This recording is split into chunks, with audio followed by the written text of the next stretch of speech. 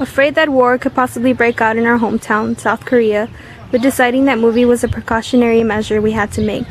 We moved into a middle-class neighborhood in Negrastic. The neighbors looked like normal people, but they did not seem to be interested in socializing. There were fences dividing each house, determining where each property started and ended.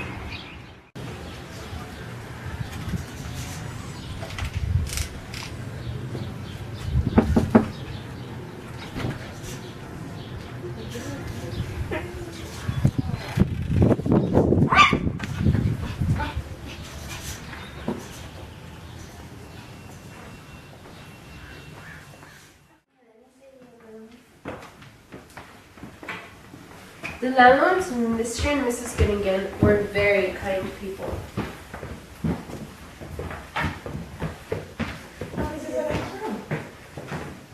Mrs. Gittingen showed us how to work the heating system and showed us where our basic necessities would be located in.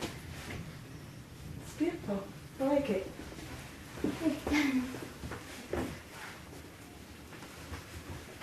Okay, I'll be on my way. Thank you.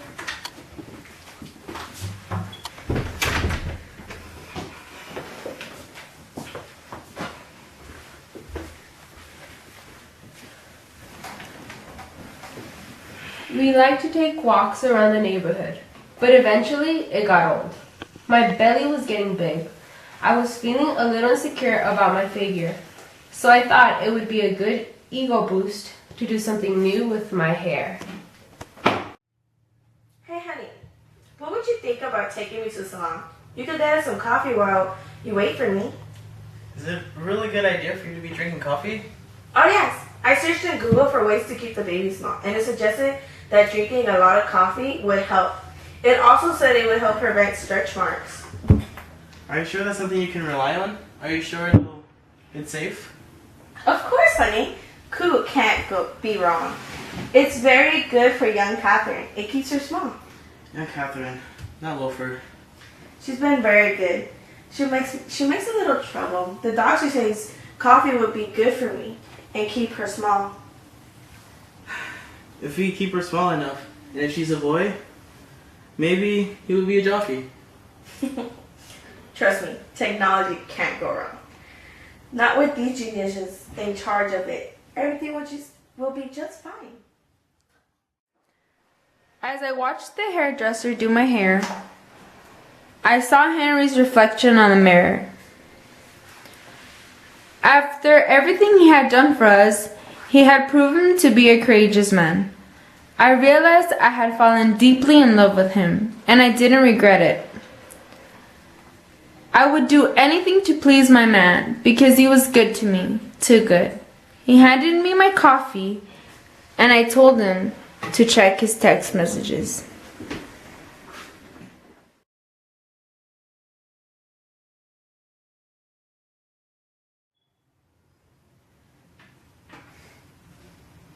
I really think you should be drinking coffee here. Do you think I ought to drink another coffee? The doctor said I was rather narrow in the hips, and it's all for the best if we keep young Catherine small. What else did he say? Nothing. I have a wonderful blood pressure, darling. He admired my blood pressure greatly. What did he say about you being too narrow on the hips? Nothing. Nothing at all. He said I shouldn't ski. Yeah, you worried? Not at all. Nobody's gonna get hurt. Everything's gonna be all right, darling. Okay, I'll trust your word. After the lady finished my hair, I watched Henry look at me differently. He looked at me as if he had fallen in love with me all over again. I couldn't stop staring back at him and watched the way he caressed my hair with his eyes. I guess he really liked my curls. Oh, I just love the way he looks at me. It made me feel so much closer to him. We then paid the lady and walked out, holding hands.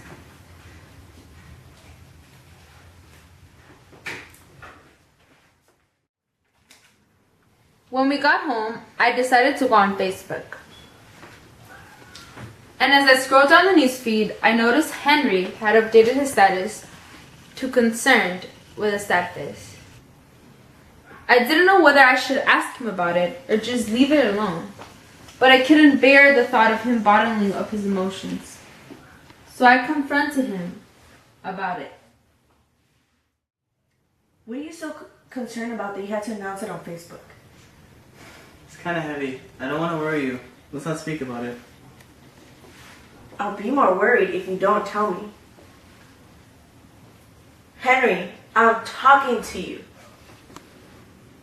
Really? Is your phone more important than talking to me? Fine, I'll tell you. I didn't want to worry you or the baby, but since you asked, my best friend Rinaldi told me that he might have chlamydia the last time he spoke, and I'm concerned about him. That's disgusting. Are you serious? Have you ever had an STD? I had crabs once. It was irritating. In that case, I wish I had it too. We could have bared the itch together. No, if you really had it, you wouldn't have wished that you said that. Was it really that bad? Yes, this conversation is over. Fine. Honey, would you grow a beard for me? Do you think I look good with the beard? Yes. Oh my god, you will look hot. What do you think about me cutting my hair? I don't think that's a good idea. I love your hair. If you let your girl hair a tad longer and I cut my hair short, we would look almost the same. Henry did not say anything. He didn't even give me a look. That indicated that he didn't approve of it. But I asked myself why. I won't push you anymore then. But I think we should at least get matching tattoos. That way you won't forget me when I'm gone.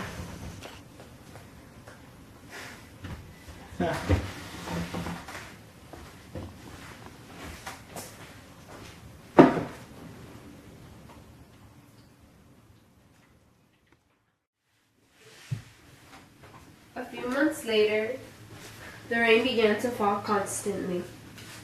So we decided it was time to move into a city, where the roads weren't too muddy and where we would have a nearby hospital for little Catherine's arrival. We informed Mr. and Mrs. Goodingham about our departure after preparing a room. Which part of the city were you moving to? When's Catherine's arrival? It's about a month. Let's go to the market. There's a lot of hospitals there. Alright, I'll call Mr. and Mrs. Gideon. Let them know I'm leaving. They're confused. Babe, you think we're thinking about to buy some clothes for your Catherine? I'll look online. There's a baby clothes store. We can stop by once we locate ourselves in our new room at the hotel. Sure, babe.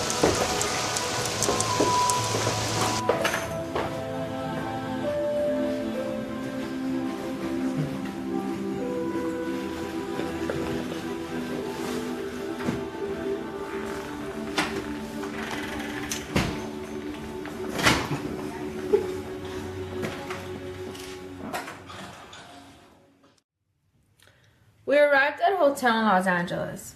The hotel room was very big and luxurious. There were no longer fences surrounding us, which made us feel a bit weird. However, the room sure made our little cabin with Mr. and Mrs. Goodingen look small. I couldn't deny it. Moving out to the city was a bit uncomfortable, but I liked it, and it was for the best for all of us.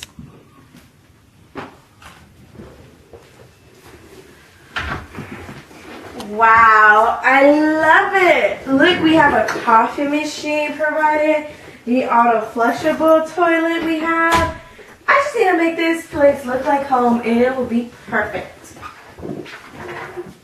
Honey, what I'm about to ask you is really random, but I need you to answer it with your honest truth. She won't get in the way, will she? That little rat? No, she won't. As my belly grew bigger and the baby's arrival came closer, Henry and I felt we needed to spend as much time as we could together. We knew that her arrival would change things, but we weren't exactly sure how. Little Catherine's birth was near. I wasn't too uncomfortable the first few months, but As time progressed and I got bigger, the discomfort got worse. Not mentioning that the coffee machine ended up messing up, and the out-of-flushable toilet clogged several days after we moved in.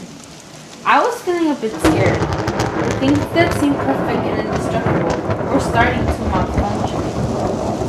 That night, I kept tossing and turning. I thought maybe it was just the usual discomfort, but then I realized that the little Catherine's arrival had come. My tossing and turning eventually woke Henry up. Ah, Abe.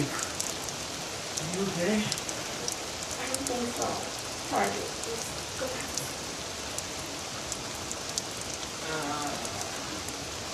Stop moving then. Babe, once I get that, I think this is it. How far apart are your contractions?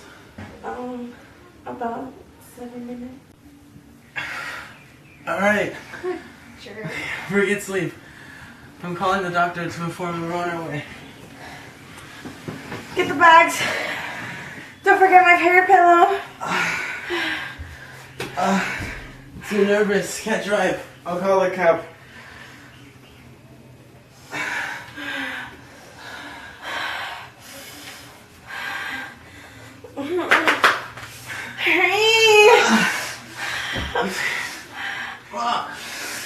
I'm gonna go downstairs to call the cab. The reception.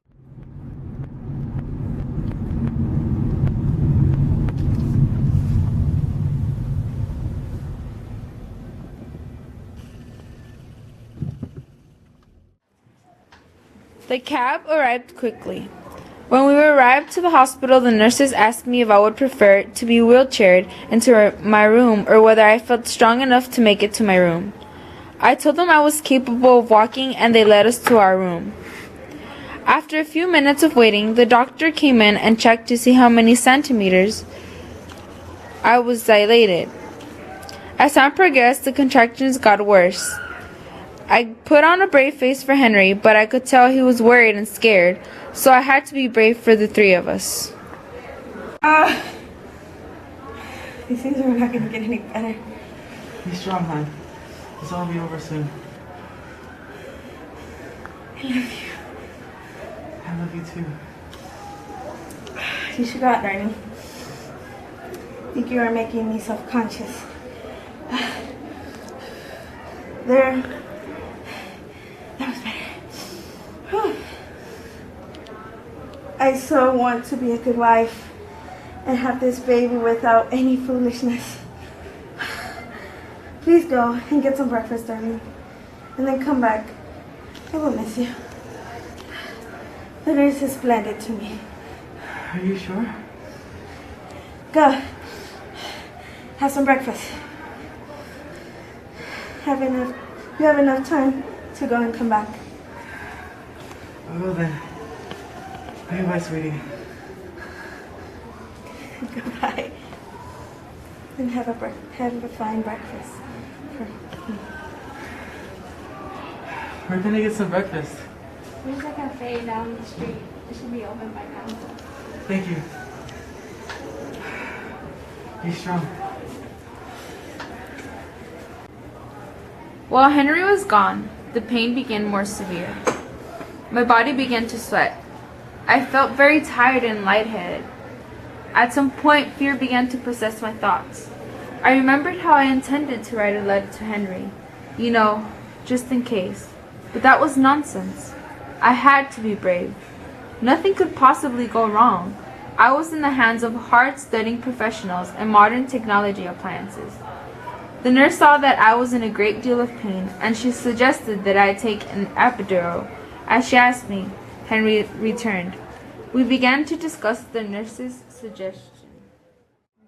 I did not want him to know I was afraid. I think if you're in this much pain, you should just take the epidural. I think I'm gonna have to take it. Nurse, she wants the epidural. Perfect. I will have the machine make your dosage. The epidural made the pain almost disappear, aside from it making me super sleepy. But who would have known that night what I most relied on would fail us. I'm about to die now. Darling. I'm past where I was going to die. Aren't you glad? Once you get in that place again. I won't. I'm not afraid of it though. I won't die, darling.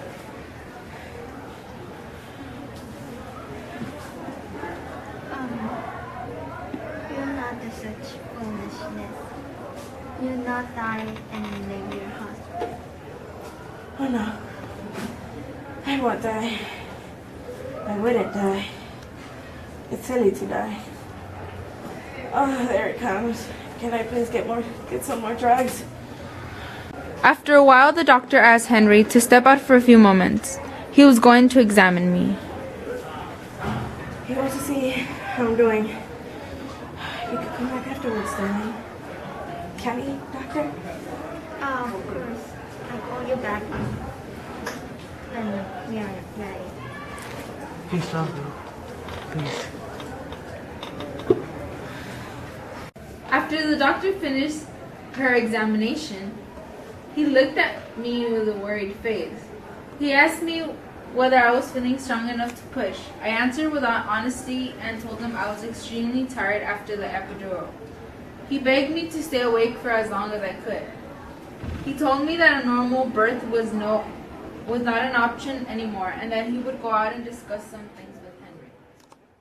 Mr. Henry, I'm afraid things are not going as expected. We'll have to perform a C-section on your wife, and if we wait any longer, then the baby can suffer brain damage. Okay. I trust that she'll be in good hands. We have one of the greatest surgeons on the staff. So nothing worry about. That's comforting. Very well. Do what you have to do. The nurse give you a coat, and so that you can go inside and watch baby. I'm not doing so good, darling. I'm sorry. I thought I would do it very easy. No. There's one. I reached my hand out to grab the nurse and beg her for more drugs. The doctor came in. It wasn't much. I am a fool about the drugs.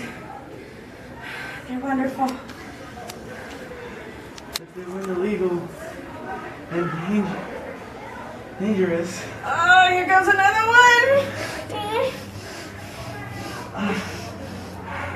What's the interval now? About it. They began to take me into the operating room. I noticed that it had begun to rain, and a sudden chill ran up my spine. Henry was given his robe and put it on as he followed us. He looked lovely. As I looked at him, I told him that I loved him with all my heart. I told him I would be brave and strong, and he reassured that everything was going to be okay. I knew something was going to go wrong. I knew I would die on a rainy day. The surgery was a success, but this little being wasn't meant to be. I was drugged, asleep, but I couldn't hear the doctor struggling to get my baby to breathe. I didn't hear a cry. Is it really a girl? It's a boy. What's wrong with them? Come out with me, please. The baby isn't breathing. Unfortunately, the umbilical cord choked him sometime during the day today. What about Catherine? I don't know yet. I will tell you when I come back how she's doing. After the doctor stitched me up, I felt them transferring me to a different room. I felt so sleepy, but peaceful at the same time. I could hear the rain and my heart monitor beeping. I tried to wake up, but my sleep was too placid. Gradually, the music that the rain made and the beeping of the monitor faded away. I had now left Earth and I was in a new world holding my baby boy and watching Henry from above.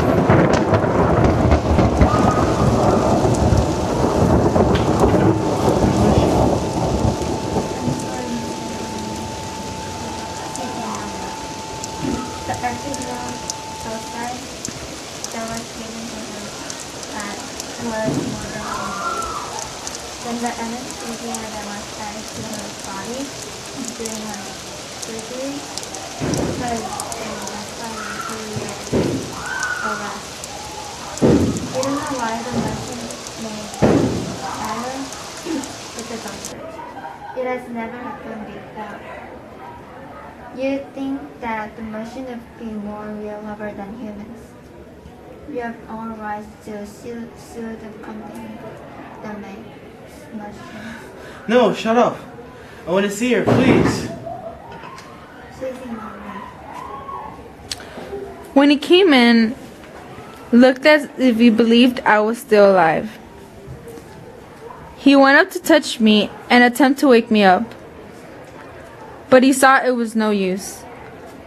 He attempted to say goodbye to me, but he felt it wasn't the same.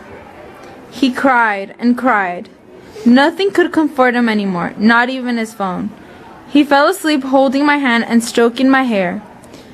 It was then that I was 100% sure that this man truly loved me. But I couldn't help but feel horrible. I had left the love of my life and taken our baby with me. He was now alone, and I couldn't do anything to make him happy anymore.